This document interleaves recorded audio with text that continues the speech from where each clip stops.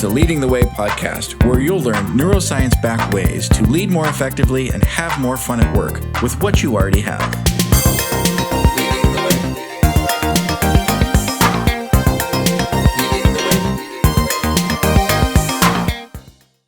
Hey there, welcome to Leading the Way podcast. I am so excited to be here with my awesome guest, Michael. Michael is a canine-powered dog coach, but not really. He's a men's coach and guide. He helps high-achieving dog dads discover their purpose and live a life of love, adventure, and newfound success. Michael is an author, speaker, and of course, a dog fanatic. He believes that life is better with dogs. Michael, welcome to the show. Awesome. Thank you. I'm so excited to do this for you. This is, or I should say with you. This is, yeah, it's a wonderful program. Yeah, super excited. So I don't know anyone that would argue that dogs are just these incredible beings, and if they would, they just don't know yet. But what got you into this work, and what started your love of dogs? You know, I've had dogs in my life off and on since I was a little kid. My very first dog, I actually don't remember. I was probably 2. It escaped the yard and got hit. But the first dog I do remember was with me for 16 years. Wow. And he was with me through some tough stuff. I was actually feeling suicidal when I was about 12 years old after my dad left us. And that dog kept me going. He knew when I wasn't doing well, when I wasn't feeling right, and would come seek me out and take care of me. Wow. I didn't remember a lot of that till years later.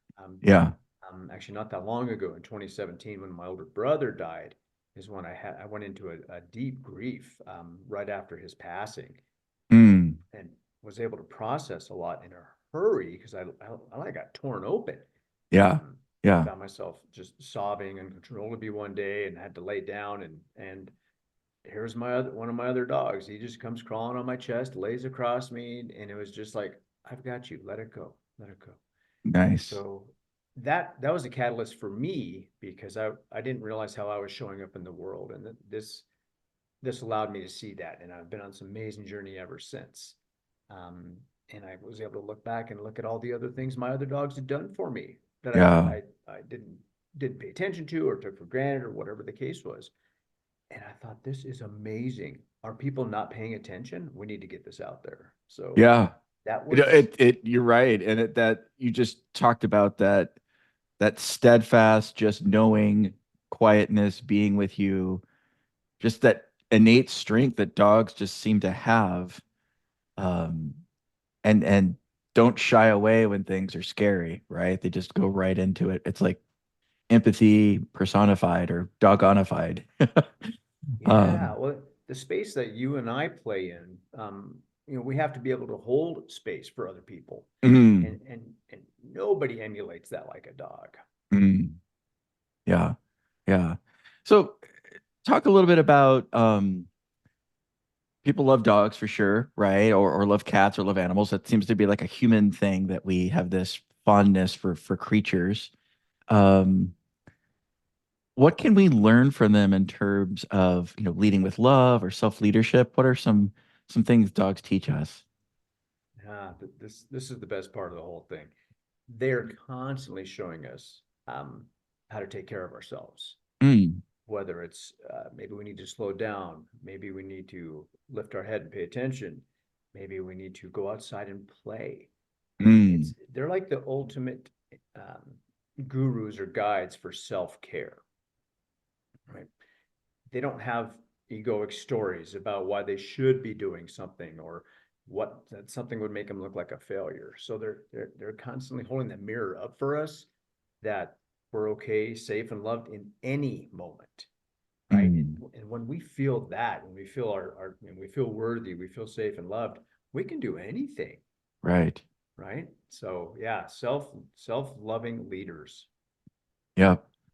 It's really powerful too, because, while we're probably not going to transform to canines, we can take on those personality traits for our teams, for the people we serve, or enable that, right? Maybe if we're not that person personally, but, as a leader in a company, as a leader in a nonprofit, as a leader at your home, you can set up those sources for other people.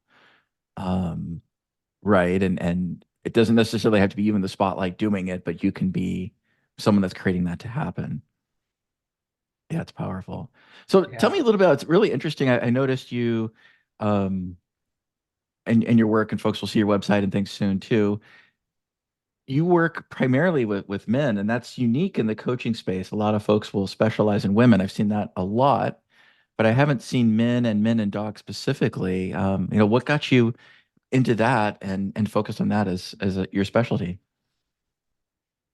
Well, when I had that awakening Yeah. back in 2017, I realized how much men need help. Mm, Um, we we hold all these beliefs that aren't even ours. They get handed down to us, whether it's mother, father, teacher, preacher, yep. um, sports coaches, whatever that looks like. Right. Everyone in your life has beliefs that they think you need to emulate, and so we try and take that on. And Okay. by the time we maybe get to have our own families, it's awful confusing. So we stick to I'm the provider, I'm the fixer, I have to know it all, I have to be able to do it all myself. And Mm, that really makes everything more difficult for us in being right. a leader, whether it's at work or at home. And I think that gets neglected a lot. Right. Um, and people didn't seek to harm us or give us bad information. They were just going with what they had and didn't question it along the way. So that's one of the things I help these guys do is question. Um, yeah, great. You've made a whole ton of money, but does it feel good? Are you happy? Do Mm, you know what's going on in your kid's life? Why does your wife disappear for weeks at a time on vacation? Whatever it right. is, Right. it's fascinating. So, there's an old adage about men not stopping and asking for directions, right? Right. Right. And it's true. And I made a joke about this recently. I was with my partner. We were driving somewhere, and I got us lost because I wouldn't stop for directions. So I did a whole thing on it, and it was so funny because it's still true. So these Yeah. things still show up for me. Yeah. But men need help. They act like they've done it all themselves a lot of times when nobody got to where they're at by themselves. Somebody built your house, someone makes your lunch, someone built your cars. You know what I mean? So, Right. Right. but we think we have to hold this ideal and we don't Yeah. realize that going the other direction is even more powerful. Right. Right. Building your pack up. Right. What as you've done this work with many in this space, I know you've authored a book and a variety of other things. What sort of transformations have you seen from that, man that kind of feels isolated, right? You're kind of like feel like you're army of one and have to serve all these people and be a provider. And all that stress load you talked about from family of origin, or just decided that we need to be stressed out and just be the provider and kind of a robot. What sort of transformations have you seen with the folks you've served? Oh, I love that. And yeah, there is a belief that we're supposed to be stressed all the time and we're not doing it right. Right. It's absolutely it's insane. Yep. I'm a victim of that myself. I've created that for myself in my life, right? So I created the victim. Nobody else Yep. did. Um, I've seen wonderful things. I've seen people become better at what they do in their lives, whether it's Yeah. with their family or at their job. I've seen guys go, crap, I hate this. I haven't enjoyed this ever, but I thought I had to be doing this thing. Right. And then they can start to make a change for themselves in this other way. And then you just see them, they become 200 pounds lighter, right? And they're just like, wow. And Right. we forget that we can actually enjoy our lives along the way. It's not this someday I will thing. Right. And so I see it over and over again. And it's a privilege. It's an absolute privilege. Yeah, 100%, 100%. And it's interesting as you were saying that. I was just reflecting on, a lot of times uh, as men and as leaders, we can go for compliance, right? And we do that sometimes with our pets too. Like there are times that makes sense, right? When our pet's doing like going to run out in front of traffic, it's not time to have a big lovey conversation. We're going to grab them or grab the leash and protect them. So there's absolutely a time for compliance, and time to sit and act a certain way in certain circumstances. But we don't often go for the thriving part, right? The resilience, the dog able to play or have that freedom to run, when they're just in their zone and full of joy. Um, we don't often give ourselves the freedom to do that, right? Like so many things can come up, right? I'm not supposed to do that. I'm the provider, blah, blah, blah, blah, blah. And we can miss the whole play part of the canine personality, right? Or the joy part and just keep ourselves and our family and those loved ones and our coworkers in this. It's all about compliance, behave, perform. I'm curious if you see that pattern at all in your work, or am I just making that all up? No, and it's not just what we do. So Yeah, that people, they love the idea of being able to control their environments because it creates safety. It's a perceived safety, and it's actually not sure, true, sure. but we think it's true. Right. So whether it's controlling your dog or getting your kids to behave or whatever the instance is, we think that that's going to make us happier Mm, when it actually does the opposite. mm, Um, oh, let's use a work situation. Let's yeah, say you're a leader and you've got four people directly underneath you, and then they've got 40 people directly beneath them. right. You are expecting them to show up a certain way, but Sure. you may not really know who they are. You see what they let you see. Mm, Right. So we have these expectations of what they're supposed to be doing, but we don't really know who they are or how they tick. We have a task list that they're supposed to perform every day. And right. then we get upset when they don't check that one box or whatever the reason Right. is. So everybody's a little bit different in how they see the world, how they operate, their life experiences with, trauma in their life, whatever it is, they show up a certain way for a reason. Yeah. But if we can't be curious about that because we haven't maybe done some of our own work, if we can't be curious about that, we're going to continue to run into situations that are frustrating, Mm, right? We're going to create suffering around something, and it's literally because we just don't understand what's going on. right. Right. And we've engineered an example you just gave. We're in relationship with ourselves. Like the whole thing we've engineered, and it might not even be true, or completely true, right? In the outside world. Yeah. And the There's cortisol a, and adrenaline are flowing, and we've got a whole mini series going in our heads. Yeah. Um, are you familiar with Michael Neal? yes, yes. So he said something. I was listening to a talk of his a while back. He said something that stuck for me. And it took me a long time to realize I'm wrong about most things. Yep. And I thought that was fantastic. Right. It takes the whole I have to know everything right and throws it out the window. Totally. Totally. Well, and there's probably dog overlap there too. Needing to be right versus going for the result, right? If I'm stuck and needing to be right, like this is how it has to be done versus, in the workplace, the result is serving the customer with this thing, and the path there might be different, and your team might have a way to do that even better. If we're stuck and we have to be right, we'll 1,000,000% miss that opportunity and the engagement of the team, right? So they're not, Yeah. you know, um, empowered or set up for a win or whatever those words are. Yeah. And that's huge. Yep. I studied a lot of systems thinking Yep. and Yep. understanding how every tiny little piece has to be working within the context of performance for the whole to be Sure. Sure. successful, right? But if you don't know your people and what they're actually capable of, if you haven't even had these conversations and spent time with these people outside of this vacuum you've created, Right. you don't know what they can do. And Right. if you empower your people, they'll blow your socks off, Right. right? So I, I have this romantic idea of leaders in the world understanding that they're making themselves replaceable by training their people so well that they can move on. 100%. Yeah. So I would love to see that. But yeah, your Yeah. Or people even, can create it's, magic. oh, totally. Totally. Totally. Yeah. And even if it's scary to think about, like, what if you set up someone, then they become your leader, right? Or a leader higher up in a different company. I mean, that's like a badge of success. We don't celebrate that as much, but really like that's the thing is you helped enable their journey. I'm a believer that a lot of times people do have the skills within. It's just they need to be built up a little bit, right? Or there's something in their way. And a lot of leadership is not command control. That has a place too, but is, like you said so well, building folks up.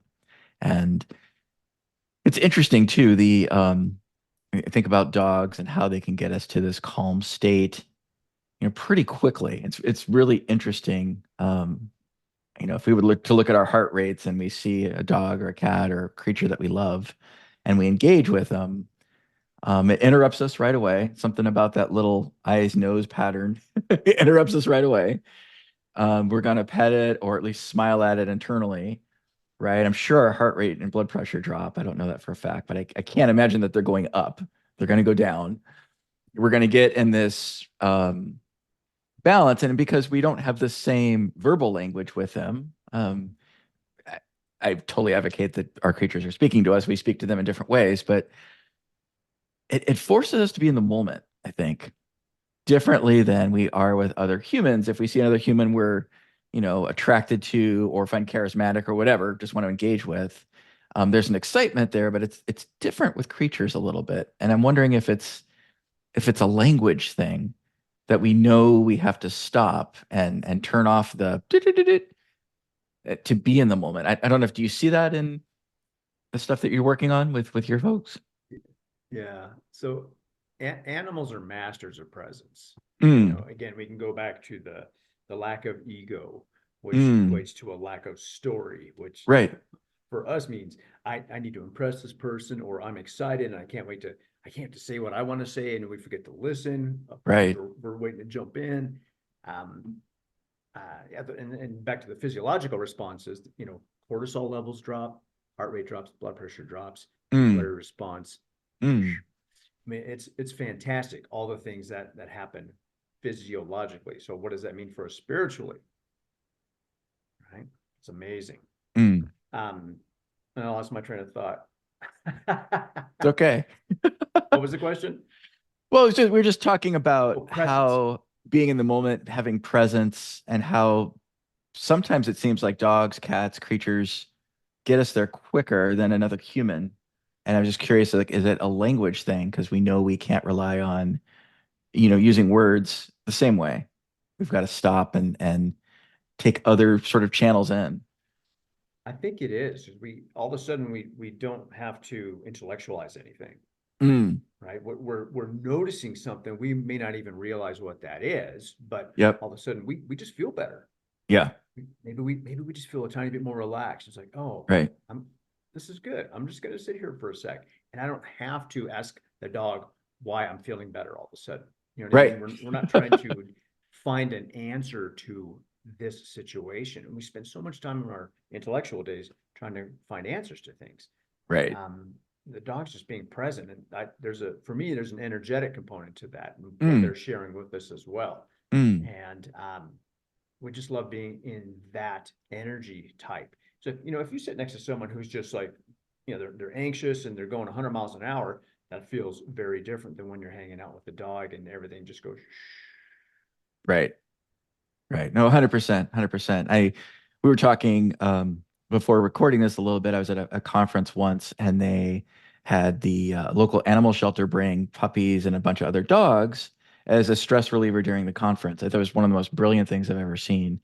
And, people immediately will have relationships with these. They're a little burned out from the conference, tired of seeing PowerPoints, maybe not wanting to be sold anymore, or tired of selling people. And they would interact with these dogs and everyone lit up. It was like every single person lit up. And of course that's great for the dogs, and this place donated a bunch of money to the local animal shelter and those dogs got socialized, but really good for the people.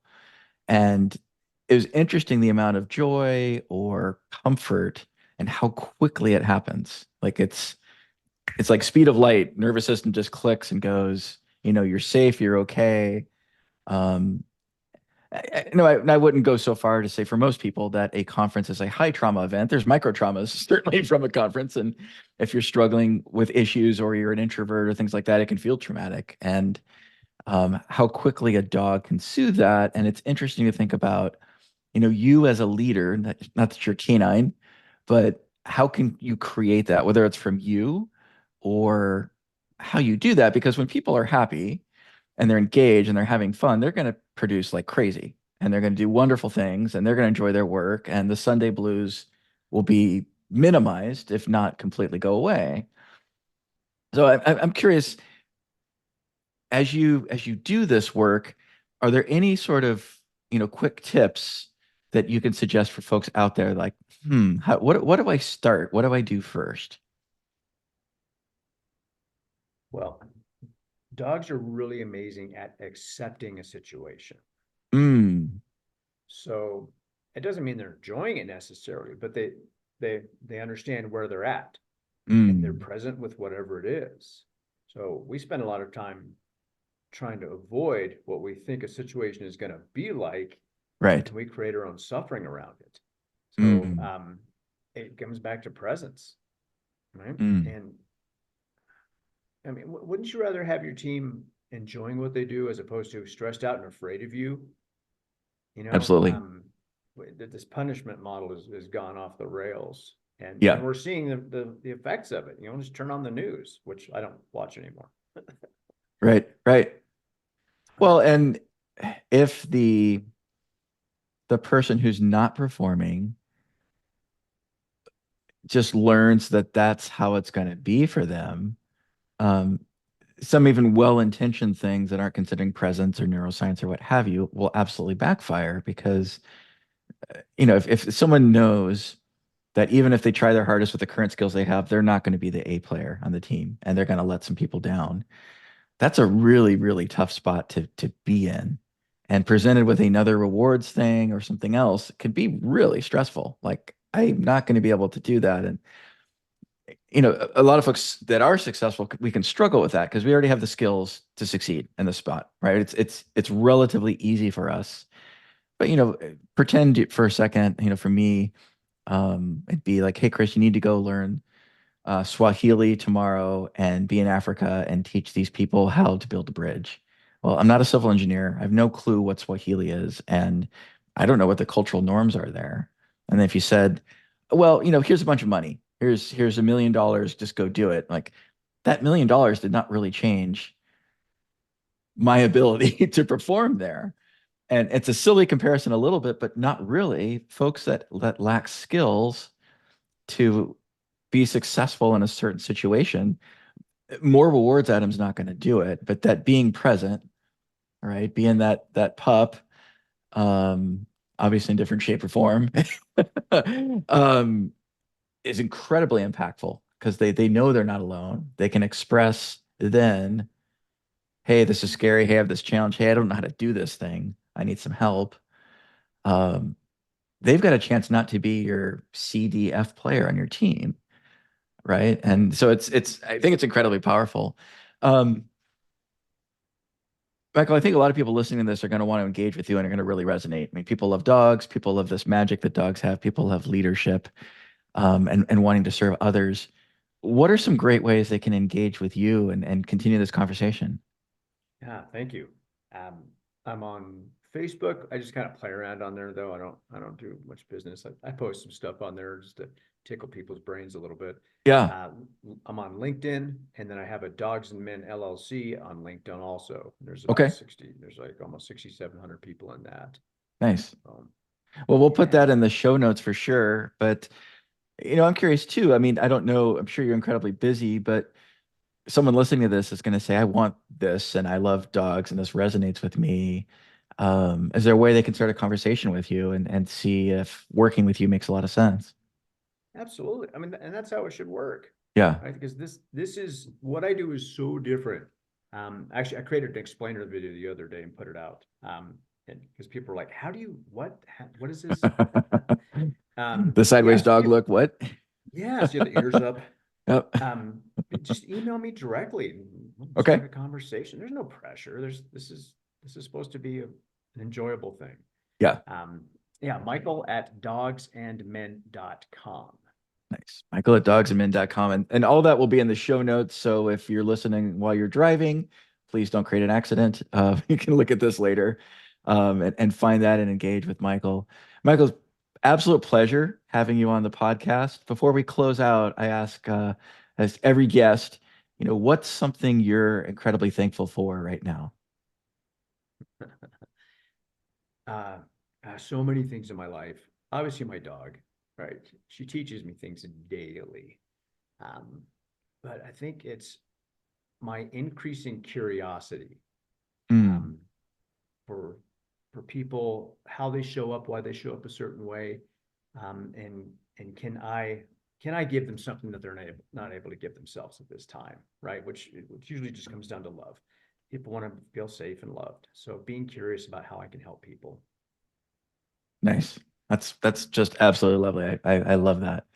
Michael, thank you so much for being on podcast. Really appreciate it. Listeners, thanks so much for being here as well. Be sure to like and subscribe because we have other killer content almost as amazing as this one. And would love to have you engage with that. So thanks so much. Take care, everyone, and we'll see you soon.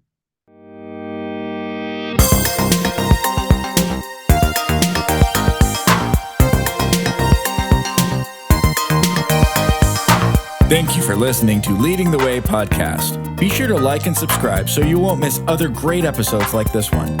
And if you're ready for more in your workplace, be sure to go to aintent.com. You'll find lots of free tools, assessments, and ways to engage directly with us to get your own epic results. We'll see you there.